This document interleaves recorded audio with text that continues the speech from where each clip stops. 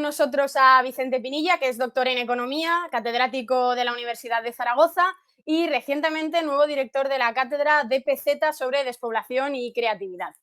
Entonces, queríamos empezar preguntándote sobre cuál ha sido la importancia del sector primario en la historia de España y en relación con esta importancia que haya podido tener, ¿cuándo empieza el fenómeno de la despoblación? Como es bien sabido, el sector agrario ha sido el más importante de la economía española hasta fechas, podríamos decir, en una perspectiva de largo plazo, bastante recientes, ¿no? Si contamos cuánto aportaba a la producción el sector agrario, pues es más o menos hasta antes de la guerra cuando tiene este papel principal y quizás sea más interesante por el tipo de tema que interesa en esta entrevista. Desde el punto de vista del empleo de mano de obra, realmente hasta los años 50 es el sector agrario el que empleaba más gente, ¿no? Entonces era un sector fundamental. Eso hace entender bien por qué ha habido tantos trabajos sobre el sector agrario en España. Es que realmente hasta los años 50, aunque es verdad que la economía española tenía una larga trayectoria de industrialización, todavía seguía siendo un sector fundamental. El fenómeno de la despoblación, si lo vemos en una perspectiva global del conjunto de España, no se va a empezar a producir hasta después de 1950. Es decir, es el momento a partir del cual se empieza a ver que la población rural empieza a descender, ya no solo en términos relativos, sino también en términos absolutos y sobre todo empieza a darse este fenómeno de la gran emigración rural-urbana. Es verdad que si vamos a determinadas regiones o a un análisis más desagregado, hay zonas, por ejemplo, el Pirineo es una zona para esto que encaja muy bien, que ya desde principios del siglo XX están experimentando estos procesos de despoblación. O sea, ¿podríamos hablar de España vaciada o no? A mí no me gusta nada el término. No me gusta ni el de vacía ni el de vaciada, ninguno de los dos. ¿Por qué? El de vacía implica que no hay gente y entonces por eso no me gusta. Eh, Creo que es una expresión que viene de un libro más vinculado a la literatura que a la investigación académica sobre el tema. Ha tenido importancia porque el libro de Sergio del Molino ha contribuido sustancialmente a que el tema esté en la palestra, pero realmente no me gusta. El de España vaciada tampoco me gusta. ¿Por qué? Porque hay detrás, en este caso hay incluso una lectura, podríamos decir, más política, en el sentido de que parece que hay una mano negra detrás de la despoblación, es decir, que hay un plan, incluso una política económica que tenía como objetivo el vaciamiento de España. Claro, mi opinión es que no solo no ha sido así, sino que es dudoso que la política o las políticas económicas que se han llevado a cabo durante la dictadura, ¿no? Porque parece que esto encaja muy bien, una dictadura terrible, fascista, al menos al inicio, pues uno de sus logros perversos fue aniquilar la población rural, ¿no? Lo que vemos es que el caso español no es sustancialmente diferente al de los países europeos y menos todavía al de los países de Europa Occidental y aún menos con los países parecidos a España, con Portugal, España o Italia, perdón, donde justamente los casos de despoblamiento rápido se producen a partir de 1950. Entonces, sería demasiada casualidad que en muchos países, todos con características económicas similares y con procesos de transformación estructural también similares, haya un proceso que depende de las políticas concretas de cada país. La despoblación rural, es la otra cara de la industrialización y de la urbanización. Es un proceso que se ha dado en todos los países occidentales, que ha tenido lugar como consecuencia de la concentración de las actividades industriales en las ciudades y que, por cierto, es interesante que ahora se está produciendo también en zonas de países emergentes de rápido crecimiento, como puede ser China, donde empiezan a tener también fenómenos importantes de despoblación rural. ¿Cuáles fueron entonces las causas de la despoblación? Es decir, si no depende de unas políticas concretas de cada país, ¿cuáles serían las causas de la El, despoblación? vale, la despoblación rural predominantemente respondería, inicialmente podríamos decir que el elemento impulsor, bueno, ya hemos dicho que la causa próxima, podríamos decir, es la emigración desde las zonas rurales hacia las zonas urbanas, ¿no? Cuando esta emigración es verdad que existía antes de la guerra civil, tenía ya una tradición, incluso en los años 20 del siglo XX fue bastante importante. ¿Qué ocurre? Que mientras el crecimiento natural de la población, es decir, la diferencia entre nacimientos y defunciones, fue rápido, estas salidas fueron compensadas por un crecimiento natural aún más rápido, ¿no? Entonces, ¿qué ocurre? Que a partir sobre todo de los años 60, el crecimiento natural de las zonas rurales no puede compensar estas salidas de población y entonces a partir de ahí tenemos este proceso de retroceso demográfico. ¿Por qué? ¿Por qué se produce esta salida tan masiva y en el caso español tan concentrada de la población? La primera razón es fundamentalmente muy económica, es decir, es el proceso justamente de cristalización final de la industrialización española. Recordemos que el crecimiento de la economía española es el más rápido entre los 60 y primeros 70 es el más rápido del mundo después de Japón. Es decir, un crecimiento explosivo de la economía genera que hay una demanda importante de mano de obra desde las ciudades y desde las industrias modernas.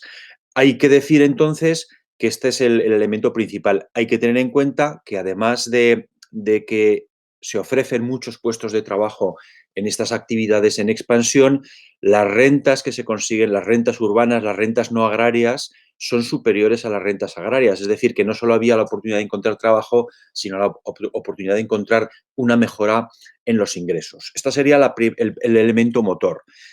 Este elemento motor viene ayudado por dos características que tendieron a darse en general en todos los países europeos, pero en el caso de España fueron especialmente relevantes. En primer lugar, lo que sería la economía rural no agraria era débil. Por lo tanto, no había muchas oportunidades de empleo, preferentemente industrial o en los servicios, en las zonas rurales que no fueran agrarios. En segundo lugar, este gran tirón de demanda de mano de obra desde las ciudades coincide con una nueva oferta de tecnología agraria, que es básicamente la mecanización del campo, tractores, cosechadoras, etcétera. Quiere decir que justamente en el momento en que la gente se empieza a ir, hay posibilidades de sustituir a esta mano de obra con tecnologías bastante avanzadas. Este sería un poco el gran arranque. La segunda razón que se va retrasando un poquito en España, pero que va teniendo cada vez más importancia, tiene que ver con la construcción del estado del bienestar y la oferta de servicios públicos esenciales como son educación y sanidad. Es decir, muchas familias rurales, además de ir a las ciudades porque pensaban que podían tener ingresos más altos o que podían acceder a ciertas ocupaciones, se van porque consideran que sus hijos pueden tener mayores posibilidades educativas o porque consideran que en las ciudades hay una oferta de servicios sanitarios que es muy superior a la del campo. Esto no era importante en 1920 porque los trabajadores de las ciudades o los campesinos tenían un acceso parecido a estos servicios educativos o sanitarios. Pero cuando se comienza, sobre todo cuanto más avanzan los años 60 y en los 70, cuando se comienza a construir y se construye finalmente este estado del bienestar, las personas que viven en el campo perciben una brecha en el acceso a servicios. Y hay un último elemento importante que tiene que ver con que esta inmigración tuvo un sesgo de género importante. Las mujeres, sobre todo las mujeres jóvenes, fueron un componente importante de esta migración. Y entonces hay también una brecha para las mujeres en cuanto a sus oportunidades laborales y vitales entre vivir en el campo o vivir en la ciudad. Muchas mujeres percibían que tenían más posibilidades de tener una vida mejor si se iban del campo hacia las ciudades. Hay un trabajo muy bonito de una socióloga de Castilla y León, Rosario San Pedro, que explica cómo las propias madres animaban a las chicas a que se fueran del campo porque pensaban que iban a tener una vida mejor. Entonces, este conjunto complejo de causas sería lo fundamental. Es verdad que la política, aunque digamos que no es lo más importante, contribuye. ¿En qué sentido contribuye? Bueno, no hay ninguna política en aquellos años de reequilibrio territorial o ninguna política que tenga en cuenta estos problemas. Hay que decir que en general estas políticas estuvieron ausentes en casi todos los países occidentales y es en fechas bastante recientes cuando han empezado a ponerse en marcha. ¿Cómo crees que ha podido influir la pandemia o cómo podrá influir en el futuro la pandemia a la despoblación? Quiero decir, ¿puede que el hecho de que las ciudades hayan sido más vulnerables al virus y el concepto este nuevo de teletrabajo, que se puedan cambiar las cosas a medio plazo o se necesita mucho más? Yo creo que se necesita mucho más, aunque es verdad que tenemos todavía una perspectiva bastante corta. ¿Por qué? Porque realmente lo que tenemos es una diferencia en lo que podrían ser condiciones estructurales de vivir en el campo o de vivir en la ciudad.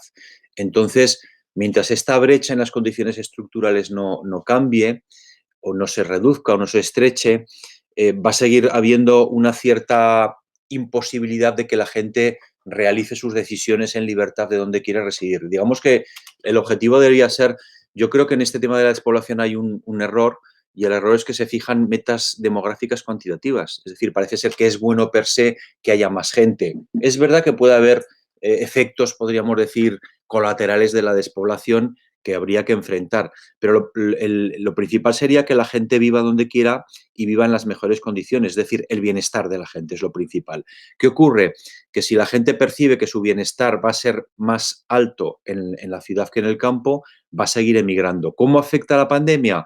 Claro, hay un pequeño impacto de que hay cierta psicosis, cierta percepción de que el contagio es más fácil en zonas más densamente pobladas y que vivir en el pueblo pues, puede reducir la incidencia de la enfermedad, y entonces hay personas que deciden marcharse. Yo creo que esto va a ser muy coyuntural. En cambio, lo que creo que puede tener efectos mucho más a largo plazo es el teletrabajo. Aquí yo creo que sí que puede tener un impacto. ¿Por qué?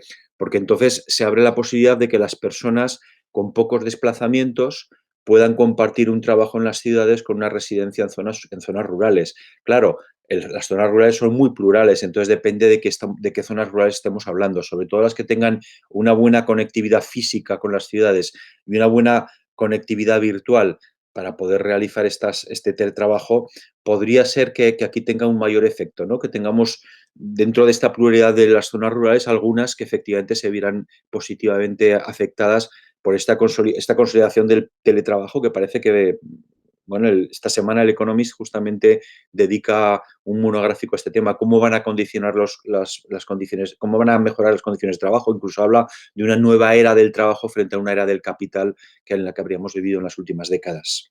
Entonces, entre los retos de futuro podríamos incluir que, por ejemplo, todas las zonas rurales tuvieran una buena conectividad virtual y física a las grandes ciudades como forma de repoblarlas, digamos.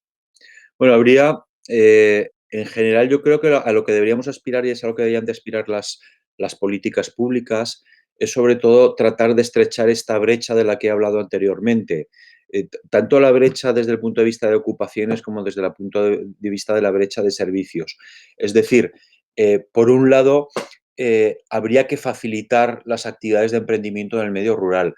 Tenemos instrumentos. Estos instrumentos no se utilizan adecuadamente. Tenemos un instrumento que son toda la tradición de los programas líder, de los grupos de acción local, que son los auténticos motores, podríamos decir, la columna vertebral de la lucha contra la despoblación, y muchas otras asociaciones de ámbito local que trabajan en programas específicos. Tenemos una ley de desarrollo rural sostenible que se apoyó durante el gobierno de Rodríguez Zapatero, que está vigente y que nunca se ha aplicado y que tiene una filosofía muy adecuada. Pero vemos que se siguen haciendo nuevas leyes, nuevas medidas, es decir, tenemos una panoplia de políticas y, sin embargo, los instrumentos que ya tenemos no se aprovechan. Entonces, yo creo que sí, que contestando a la pregunta, efectivamente, las políticas públicas deberían de tratar de favorecer, de equilibrar, si queremos, las condiciones de desarrollar actividades económicas entre el medio rural y el medio físico, y también deberían de facilitar que las infraestructuras físicas, las virtuales, los servicios se equilibraran. Esto es una utopía. Ni viviendo en una ciudad europea de tamaño medio serían las mismas condiciones que viviendo en Nueva York o en Londres o en París, ni se pueden tener entre los pueblos y las ciudades. Pero lo que decimos es, al menos vamos a aproximarnos, vamos a estrechar un poco esta brecha.